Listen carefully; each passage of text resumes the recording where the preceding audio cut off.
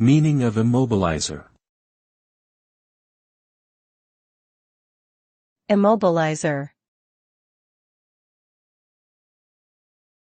Immobilizer. Immobilizer. Immobilizer. An immobilizer is a security device used in automobiles that prevents the engine from starting unless the correct key or transponder is present. It is designed to prevent theft of the vehicle by rendering it immobile. The immobilizer works by disabling one or more of the critical components of the ignition system, such as the fuel pump or starter motor. This makes it impossible to start the engine without the correct key or transponder. In summary, an immobilizer is a security device that ensures that only authorized individuals can start and drive a vehicle.